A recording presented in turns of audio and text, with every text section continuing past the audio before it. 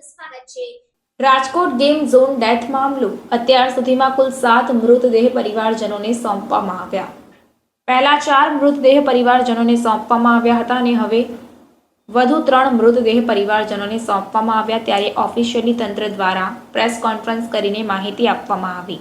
આ બાબતે એસીપી રાધિકા ભારાઈ દ્વારા માહિતી આપવામાં આવી। ડીએનએ ટેસ્ટ મેચિંગ થતા પરિવારજનોને છુપાઈ રહ્યા છે।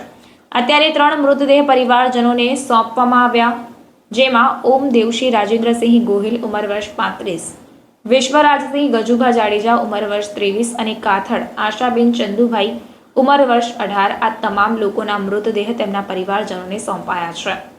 રિપોર્ટ આવ્યા બાદ તંત્ર દ્વારા પરિવારજનોને જાણ કરી મૃતદેહ એક બાદ એક આપવામાં આવશે તેવી માહિતી પણ અત્યારે જણાવવામાં આવી।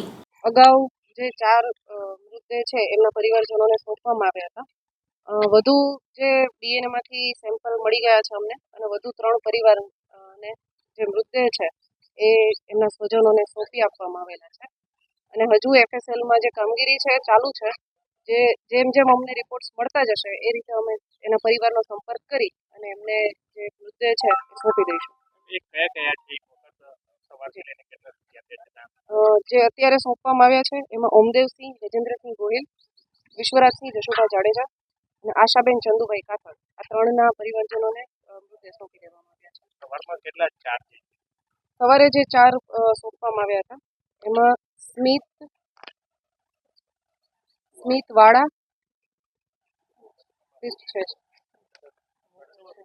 સત્યપાલસિંહ જાડેજા, સ્મિત વાળા, સુનિલ સિદ્ધપુરા અને જિગ્નેશ કાળુભાઈ ગઢવી, આ 4ને સવારે સોંપવામાં આવ્યા હતા અને વધુમાં 3 અત્યારે સોંપી દેવામાં આવ્યા છે। કેટલો સમય જાય છે અને હજી કેટલી બોડી આપી?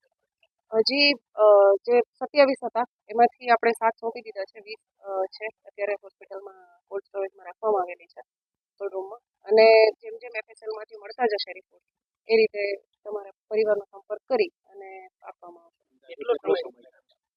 હવે એ એફએસએલમાંથી એની ટેકનિકલ કામગીરી છે, એની કામગીરી એફએસએલમાં થઈ રહી છે। એફએસએલમાં પણ સતત આપણે જોયું હશે એ રીતે અધિકારીઓ અને એના કર્મચારીઓ છે સતત હાજર છે ત્યાં, અને જેટલું વહેલી તકે બને એટલું શક્ય, જેટલું બને એટલું જલ્દી તમામના પરિવારજનોને સોંપી દેવા માટે તંત્ર દ્વારા કામગીરી કરવામાં આવે છે। એફએસએલના અધિકારીઓ સાથે કોઈ વાતચીત થઈ છે?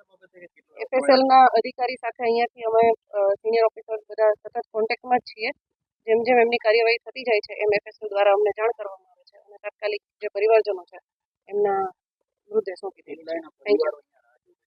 તમે શું આ બાબતની જાણ પરિવારોને કરો છો કે તમારી બોડી અથવા તમારું ડીએનએ જે મેચ નથી થયું તો આજે તમને ડીએનએ જે છે અમને જેટલાના રિપોર્ટ્સ મળે છે એને પણ જાણ કરીએ છીએ, અને જેના રિપોર્ટ્સ હજી સુધી જે મિસિંગ છે એમના પરિવારજનો સાથે પણ અમે સતત સંપર્કમાં છીએ। અહીંયા હાજર છે એમને પણ કહ્યું છે કે અમારા હેલ્પલાઇન નંબર છે, અમારો કોન્ટેક્ટ કરે, અમારા દ્વારા પણ અહીંયા વ્યવસ્થા કરવામાં આવી છે, એ લોકો બેસી શકે શાંતિથી, અને કોઈને પણ પ્રશ્ન હોય તો અમે હેલ્પ ડેસ્ક પણ ઉપલબ્ધ કરેલી છે, સાથે સાથે કંટ્રોલ રૂમ પણ અહીંયા ઉપલબ્ધ કરેલો છે।